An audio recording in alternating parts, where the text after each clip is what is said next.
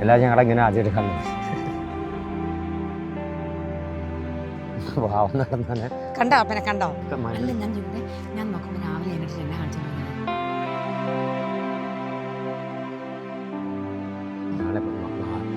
പിതാവ് നമ്മുടെ ഒപ്പം ഒരു ഫോട്ടോ എടുക്കും, വേറെ ആരൊപ്പം എടുക്കുക നമ്മുടെ ഒപ്പം ചിലപ്പോൾ ഒന്നും എടുക്കുന്നു. ആത്മീയമായിട്ടെന്ന് പറഞ്ഞാൽ ഞങ്ങളുടെ ഇതിൽ പറഞ്ഞാൽ ദൈവത്തിൻ്റെ ഒരു വലിയൊരു ഇടപെടലാണ്, ദൈവകൃപ എന്നൊക്കെ പറയുന്നത്. അപ്പോൾ അവനങ്ങനെ 10,000 ആളാണ് ഇപ്പം അങ്ങനെ പോകുന്നു.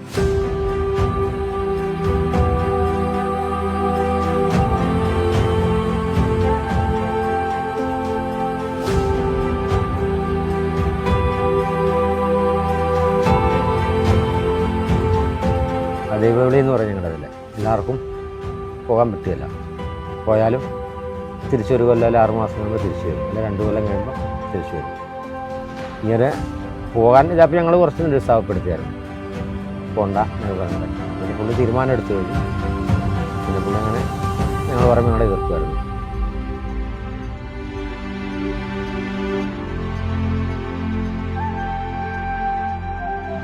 ഞാൻ ആക്ച്വലി +1 പഠിക്കുമ്പോഴാണ് ചേട്ടായി ഇങ്ങനെ പോകുന്നത്. അപ്പോൾ അതിങ്ങനെ ഞങ്ങൾ ദൈവവിളി ക്യാമ്പിനൊക്കെ പള്ളിയിൽ നിന്ന് ദൈവവിളി ക്യാമ്പിനൊക്കെ ഇടും. അപ്പോൾ വിട്ടപ്പോൾ ഞങ്ങൾ ഒരുമിച്ചാണ് ഈ പറഞ്ഞ പോലെ പോയത്. അങ്ങനെ ആദ്യം ചേട്ടാ ഇങ്ങനെ എൻ്റെ അടുത്ത് ചോദിച്ചു, നീ പോകുന്നുണ്ടോ എന്ന് ചോദിച്ചു കഴിഞ്ഞപ്പോൾ ഞാൻ അന്നേരം ഇങ്ങനെ എല്ലാവരും ഒരു വൈബാണല്ലോ, പോവുക +2 ഒക്കെ കഴിയുമ്പോഴത്തേക്ക് തിരിച്ചൊരു അങ്ങനെ ഒരു വൈബായിരുന്നു. പോയി എല്ലാവരും ദൈവവിളി ക്യാമ്പിന് പോകാന്ന് പറയുമ്പോൾ എല്ലാവർക്കും ഭയങ്കര ഒരു എക്സൈറ്റ്മെൻറ്റ് ആണ് പോകാൻ. അങ്ങനെ പറഞ്ഞു പോയി. അപ്പോൾ ഞാൻ പറഞ്ഞു ഇങ്ങനെ ഇല്ല, ചിലപ്പോൾ പോകുന്നൊക്കെ പറഞ്ഞു. ചേട്ടായും ചോദിച്ചപ്പോൾ പറഞ്ഞു ഞാനൊന്നും പോകുന്നില്ല ചേട്ടാ ആദ്യം ഇങ്ങനെ പറഞ്ഞു. അത് കഴിഞ്ഞിട്ട് പിന്നെ ഞാൻ +1 പഠിക്കുമ്പോൾ ചേട്ടാ ഇങ്ങനെ ഇതിനെക്കുറിച്ച് ഇങ്ങനെ പറഞ്ഞു, ഇങ്ങനെ പാലക്കാട് രൂപതയ്ക്ക് വേണ്ടി പോകണം, അച്ഛനാവാൻ പോയാൽ കൊള്ളാമെന്നൊക്കെ ഇങ്ങനെ പറഞ്ഞു.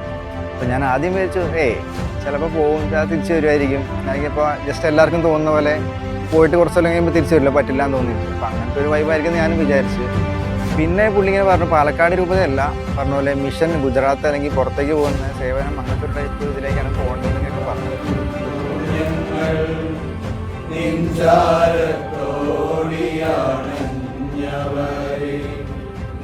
ഒരു നാളും കൈവിടില്ലല്ലോ തായേ, ഒരു നാളും കൈവിടില്ലല്ലോ തായേ.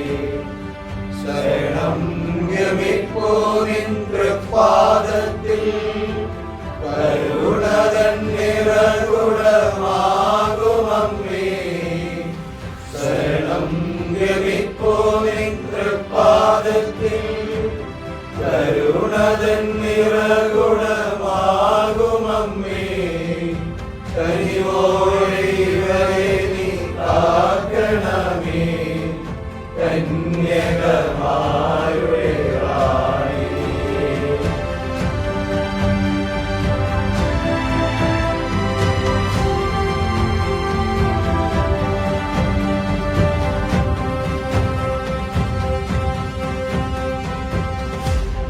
അപ്പൊ ഞാൻ കാർന്നവന്മാരെയൊക്കെ വിളിച്ച് നമുക്ക് പോകാം. റെഡിയല്ലേ?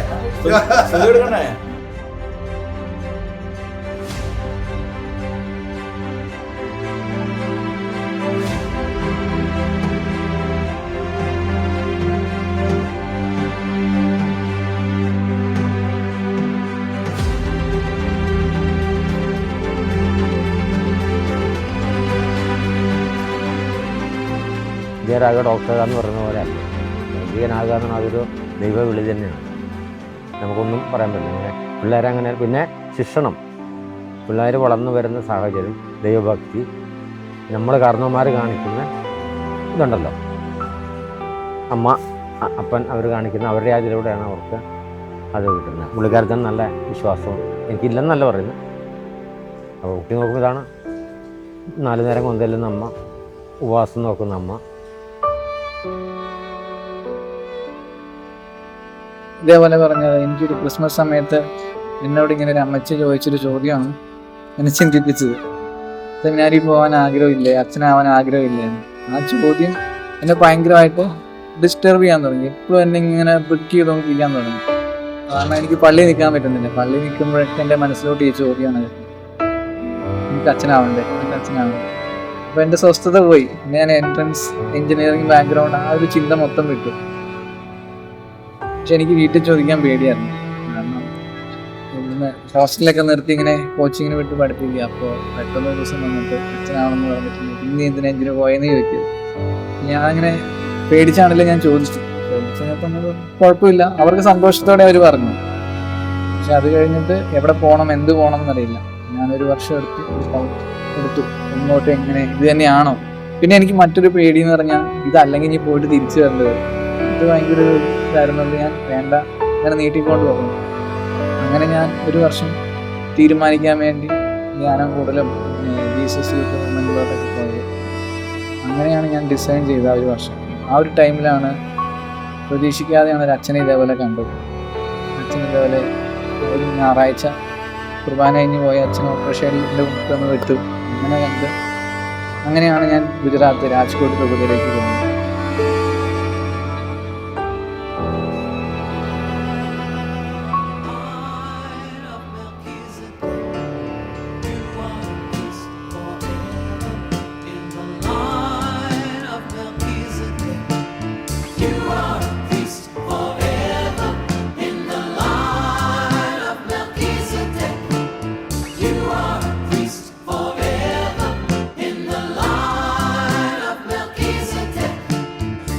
Lord spoke, he spoke to my Lord.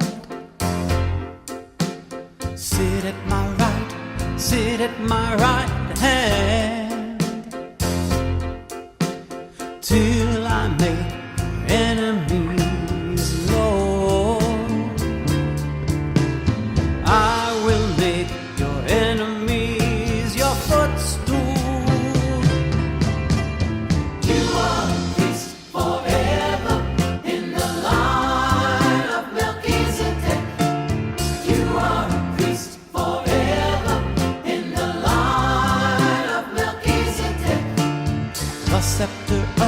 The scepter of your power, the Lord will stretch forth from Zion, rule in the midst.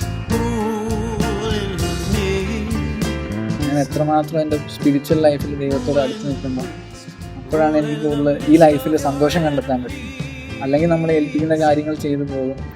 ആ ഒരു ഹാപ്പിനെസ് കിട്ടുന്നത് എപ്പോഴും ദൈവത്തോട് ചേർന്ന് നമ്മുടെ സ്പിരിച്വൽ ലൈഫിൽ എനിക്കതൊരു എക്സ്പീരിയൻസ് ആണ്. അതുകൊണ്ട് അതിൽ കിട്ടുന്നൊരു സന്തോഷവും സുഖവും എനിക്ക് വേറെ ഒന്നിലും കണ്ടെത്താൻ പറ്റില്ല എന്ന് എനിക്ക് ഉറപ്പാണ്.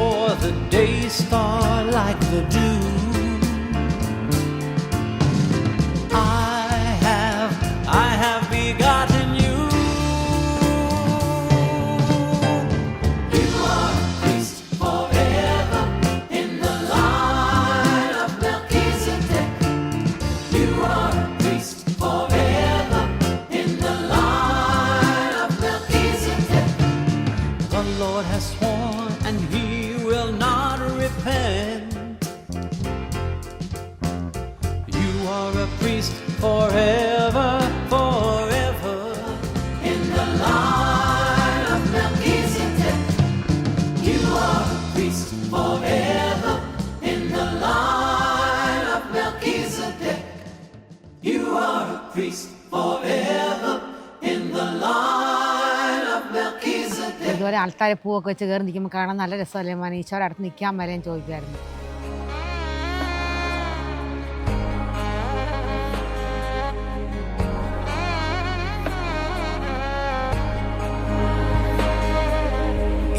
ഇത്രമേൽ എന്നെ സ്നേഹിപ്പാൻ, ഇത്രമേൽ എന്നെ കരുതാൻ, ഇത്രമേൽ എന്നെ സ്നേഹിപ്പാൻ, ഇത്രമേൽ എന്നെ കരുതാൻ. ഒരു യോഗ്യതയും എന്നിലില്ലപ്പനേ, ഒരു ശ്രേഷ്ഠതയും പറയാനില്ലയേ, ഒരു യോഗ്യതയും എന്നിലില്ലപ്പനേ, ഒരു ശ്രേഷ്ഠതയും പറയാനില്ലയേ. കൃപയാൽ എന്നെ കരുതിയവൻ സ്നേഹമേ, ദയയാൽ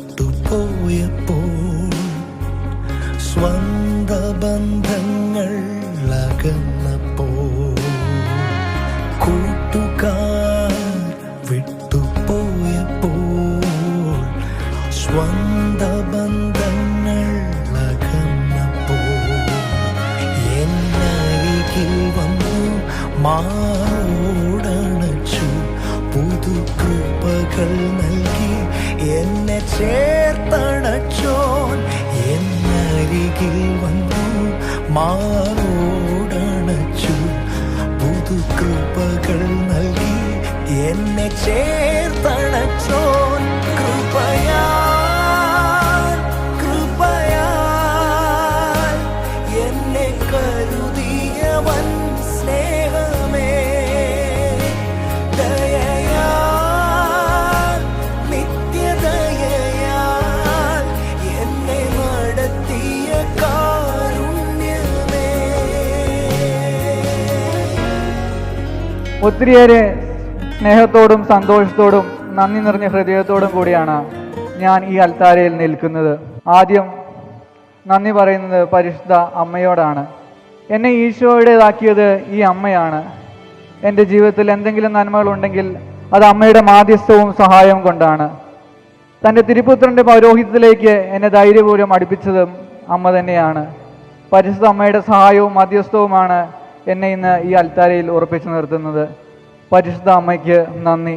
എൻ്റെ ജീവിതത്തിൽ ഉടനീളം എനിക്ക് കൂട്ടായിരിക്കണമേ. അപ്പൻ അപ്പമാകേണ്ടവനാണ്, അമ്മ ഒരു പ്രാർത്ഥനയും. ഈ വാക്കുകളുടെ അർത്ഥം ജീവിതം കൊണ്ട് കാണിച്ചെന്നവരാണ് എൻ്റെ അപ്പയും അമ്മയും. എനിക്ക് ജന്മം നൽകി ചോരയും നീരും വിയർപ്പാക്കി അധ്വാനിച്ച് വളർത്തുകയും കത്തോലിക്ക വിശ്വാസത്തിൻ്റെ ആദ്യ അക്ഷരങ്ങൾ പറഞ്ഞു തരികയും വാക്കുകൾ കൊണ്ട് ജീവിതം കൊണ്ട് പകർന്നു എന്ന് പഠിപ്പിച്ച പ്രിയപ്പെട്ട അപ്പനും അമ്മയ്ക്കും ഒരുപാട് നന്ദി. എൻ്റെ അപ്പൻ്റെ കയ്യിലെ തഴമ്പുകൾ കാണാം. അപ്പൻ്റെ കയ്യിൽ എപ്പോഴും വാഴക്കറിയും തഴമ്പുമാണ്. എൻ്റെ ഈ സുന്ദരമായ ഈ കൈകൾക്ക് കാരണം ഞങ്ങൾക്ക് വേണ്ടി സഹിച്ച സഹനങ്ങളുടെയും വേദനകളുടെയും ഉത്തരമാണ്. ദാനമായി എനിക്ക് ലഭിച്ച ഈ ദൈവവിളി അപ്പൻ്റെ സഹനങ്ങളുടെ ഉത്തരമാണ്. അപ്പനിൽ നിന്ന് കൊണ്ടുനിന്ന കാസയിലാണ് ഞാൻ ബലിയർപ്പിച്ചത്.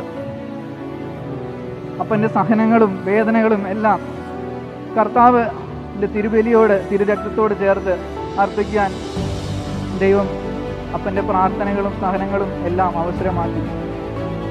ഞാൻ സെമിനാരിൽ ആയിരിക്കുന്ന കാലഘട്ടങ്ങളിലെല്ലാം ഞാൻ വീട്ടിലേക്ക് വിളിക്കുമ്പോൾ എൻ്റെ ഒച്ച മാറിയിട്ടുണ്ടെങ്കിൽ ഇവരെ എൻ്റെ അമ്മയ്ക്കറിയാം.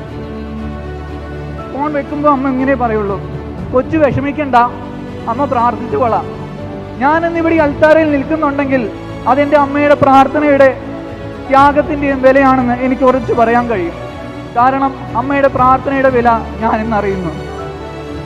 അമ്മേ, ഒരുപാട് നന്ദി. എൻ്റെ പ്രിയ കൂടപ്പിറപ്പേ, മൂത്തത് ഞാനാണെങ്കിലും പലപ്പോഴും കർമ്മം കൊണ്ട് നീയാണ് എനിക്ക് ചേട്ടൻ. വീട്ടിലെ ഒരു വിഷമവും ബുദ്ധിമുട്ടും നീ ഒരിക്കലും എന്നെ അറിയിച്ചിട്ടില്ല. എപ്പോഴും എന്താവശ്യത്തിന് ഞാൻ വിളിച്ചിട്ടുണ്ടെങ്കിലും നിന്റെ ബുദ്ധിമുട്ടുകളും വിഷമം പോലും നീ പറയാതെ എല്ലാത്തിനും എന്നെ സഹായിക്കാനുണ്ടായിരുന്നു. എടാ ചേട്ടായി എന്ന് വിളിക്കുന്ന നിന്റെ നിഷ്കളങ്കമായ സ്നേഹത്തിന് ഒരുപാട് നന്ദി. പ്രിയ സുഹൃത്ത് ജോബിനെയും ഞാൻ ഓർക്കുന്നു. ഒരു കൂടപ്പിറപ്പിനെ പോലെ എന്നെ ഇത്ര നാളും കൂടെ താങ്ങി നിർത്തിയ നിനക്ക് 1000 നന്ദി.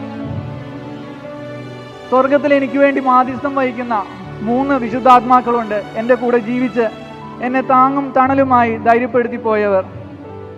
സെമിനാരിൽ ചേരാൻ എന്നെ പ്രോത്സാഹിപ്പിക്കുകയും ഒരു ചേട്ടനെ പോലെ കൂടെ നടന്ന എൻ്റെ അലൻ ചേട്ടനെ ഞാൻ ഓർക്കുന്നു. അതുപോലെ റീജൻസി കാലഘട്ടത്തിൽ ആൽബിൻകുട്ട എന്ന് വിളിച്ച് എന്ത് വിഷമം വരുമ്പോൾ എന്നെ ചേർത്ത് പിടിച്ച എൻ്റെ സിറിലച്ചനെയും ഞാൻ ഓർക്കുന്നു. ജീസസ് യൂത്ത് കൂട്ടായ്മയിൽ ഞങ്ങൾ എല്ലാവരെയും ഒരുപോലെ പ്രചോദിപ്പിക്കുകയും ഏത് സഹനം വന്നാലും തളരാതെ കർത്താവിന് വേണ്ടി സഹിക്കുവാനും കർത്താവിന് വേണ്ടി ചേർന്ന് നിൽക്കാനും ഞങ്ങളെ പഠിപ്പിച്ച അജ്നെയും ഞാൻ ഒരുപാട് സ്നേഹത്തോടു കൂടി ഓർക്കുന്നു. പ്രിയമുള്ളവരെ, വികാരിയച്ഛൻ സൂചിപ്പിച്ചു, പിതാവ് സൂചിപ്പിച്ചു, ഈ ഇടവകയിലെ 15ാമത്തെ വൈദികനായിട്ടാണ് ഞാൻ ഉയർത്തപ്പെടുന്നത്. അതോടൊപ്പം തന്നെ എന്നെ വളരെ വേദനപ്പെടുത്തുന്ന ഒരു കാര്യമാണ്, ഞാനാണ് ഈ രൂപയിൽ നിന്ന് അവസാനമായി സെമിനാരിൽ പോയ വ്യക്തി. നിങ്ങളെല്ലാവരും പ്രാർത്ഥിക്കുന്നുണ്ട്, സഭയ്ക്ക് വിശുദ്ധരായ വൈദികരെ ആവശ്യമുണ്ട്. ഈ ഇടവകയിൽ നിന്നും ഇനിയും അനേകായിരം വൈദികർ ഉയർന്നു വരണം. നിങ്ങളുടെ പ്രാർത്ഥന ഇന്നിവിടെ അവസാനിക്കേണ്ടതല്ല. ഒരു വൈദിക ജീവിതം ഞാൻ ആരംഭിക്കുകയാണ്. മുന്നോട്ടുള്ള വെല്ലുവിളികളും ചലഞ്ചസും ചെറുതല്ല. നിങ്ങളുടെ പ്രാർത്ഥന ഇനിയും ഉടനീളം എൻ്റെ ജീവിതത്തിൽ വേണം. ഞാൻ ഒരു നിമിഷം ആലോചിച്ചു പോവുകയാണ്, അല്ലെങ്കിൽ പ്രാർത്ഥിച്ചു പോവുകയാണ്. ഡീക്കനായിരുന്ന സമയം വളരെ മനോഹരമായിരുന്നു. കാരണം നിങ്ങളെല്ലാവരുടെയും പ്രാർത്ഥനാ സാന്നിധ്യം എനിക്ക് അനുദിന ജീവിതത്തിൽ അനുഭവിക്കാൻ പറ്റുന്നുണ്ടായിരുന്നു. കാരണം ഞാനിവിടെ അവധിക്ക് വന്ന നാൾ മുതൽ എൻ്റെ എല്ലാ വിശേഷങ്ങളും നിങ്ങൾ ചോദിച്ചറിയുന്നുണ്ടായിരുന്നു. നിങ്ങൾ എനിക്ക് വേണ്ടി പ്രാർത്ഥിക്കുന്നുണ്ടായിരുന്നു. ആ പ്രാർത്ഥനയാണ് എന്നെ വഴി നടത്തിയത്. അതുപോലെ ഇനിയും മുന്നോട്ട് നിങ്ങളുടെ ഈ പ്രാർത്ഥനയുണ്ടെങ്കിൽ ഒരു വിശുദ്ധനായ വൈദികനായിട്ട് ഈശോയ്ക്ക് വേണ്ടി ജീവിക്കാൻ എനിക്ക് സാധിക്കുമെന്ന് ഉറപ്പുണ്ട്. അതുകൊണ്ട് എനിക്ക് വേണ്ടി പ്രാർത്ഥിക്കണം. അതോടൊപ്പം തന്നെ അനേകായിരം വൈദികർ സഭയിൽ വളർന്നു വരുവാനും നമ്മുടെ ഇടവകയിൽ ഇനിയും വൈദികരുണ്ടാകാനും ദൈവങ്ങളിൽ വളർത്തിക്കൊണ്ട് വരുവാനും നിങ്ങളെല്ലാവരും പ്രാർത്ഥിക്കണമേ എന്ന് അപേക്ഷിച്ചുകൊണ്ട് ഞാൻ നിങ്ങൾക്ക് എല്ലാവർക്കും ഒരിക്കൽ കൂടി നന്ദി പറഞ്ഞു. നന്ദി.